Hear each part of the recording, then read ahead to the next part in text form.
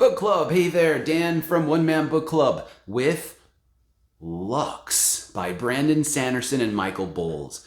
Now, you were looking at my phone instead of my Kindle because Lux is currently available only via Audible audiobook.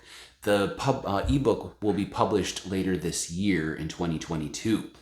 So, now you can just, a side note, you can actually listen to an audiobook on your Kindle, but I can't get the screen cover of it on the Kindle. So anyway, that's why I'm showing it to you here on my phone. That's Lux by Brandon Sanderson and Michael Bohls. Okay, so here's some thoughts. First of all, more Reckoners. Lux is a Reckoners novel from the original Reckoners trilogy. So yes, more Reckoners all day long. Happy to receive them. Thank you very much.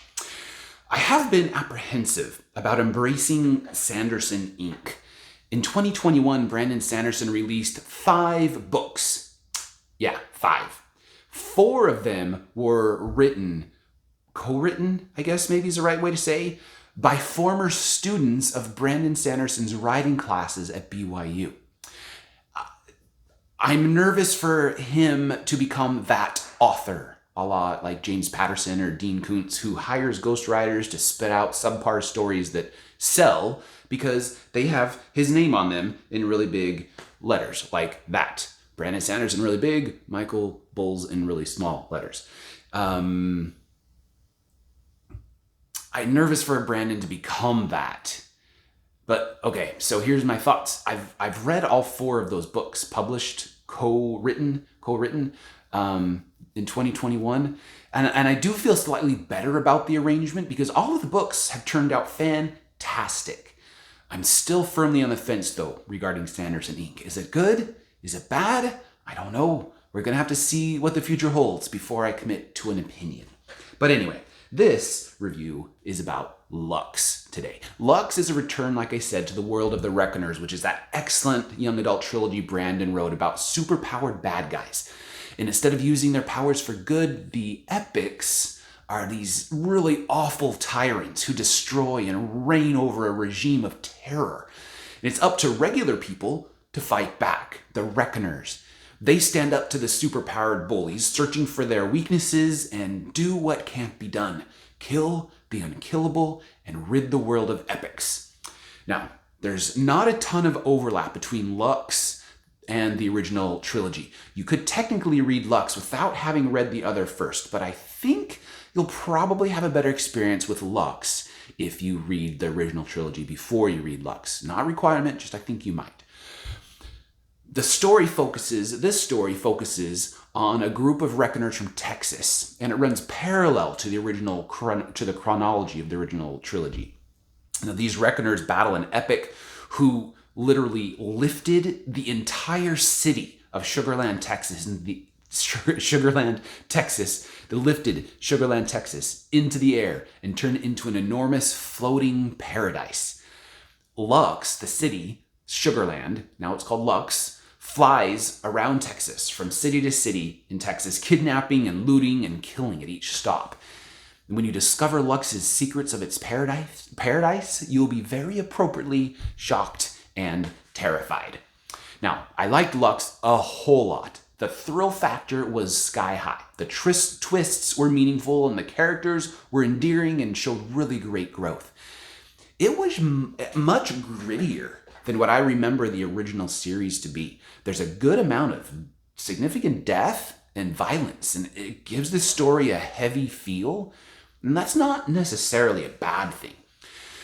The more at stake, of course, the greater the reward for success. Now, the only critique is that it did drag a bit. Not like it was boring, though. More like after plan B, C, D, and E all failed, I started feeling like it might not have been so bad if plan A had just worked out after all. I mean, I think the story could have been much shorter and still been effective. I was also pretty disappointed with the ending, which, that's clearly like the most important part to me. We were set up for more stories from the Texas Reckoners, so maybe that's a good thing. Maybe book 2 will prove some satisfactory resolution, but with no book 2 scheduled I was left feeling a little bit annoyed by the end. Not a deal breaker by any means, it's just that I'm a sucker for a fairy tale ending and I didn't get it this time.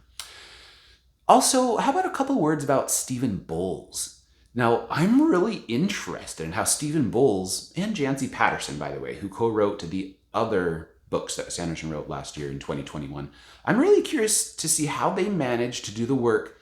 I'm really curious how they managed to do the work, but still make it feel like Brandon wrote them. I mean, Lux was really, really well written. In fact, I enjoyed it so much, I went to see what else Stephen Bohls had written and found he's the author of this super fun-looking middle-grade duology called Jed and the Junkyard War. It's about, get this, a floating city. Coincidence? Not a chance. But Brandon gave book 1 of Jed and the Junkyard War his very rare public recommendation back in 2017. And Brandon Sanderson's recos have never once steered me wrong. That, and combined with how much I enjoyed Lux, means now I have to go read Jed and the Junkyard War. Let's see, one other quick note on the audio. McLeod Andrews, amazing. Fantastic job. He's the one who did the original Reckoner Series 2. I will be glad to have him read me any book any day. Like I said, Lux is currently only available as an audiobook, but the ebook is on its way in July of 2022. Now, Lux has no content, very little content concern, I should say. There's no concerning language, 0 sexual content. There is some PG-13 violence, as I mentioned. So I'll say Lux and the entire Reckoner series, by the way, is best for 14 and up. I hope you'll give it a try. Enjoy. Happy reading. Thanks, everyone.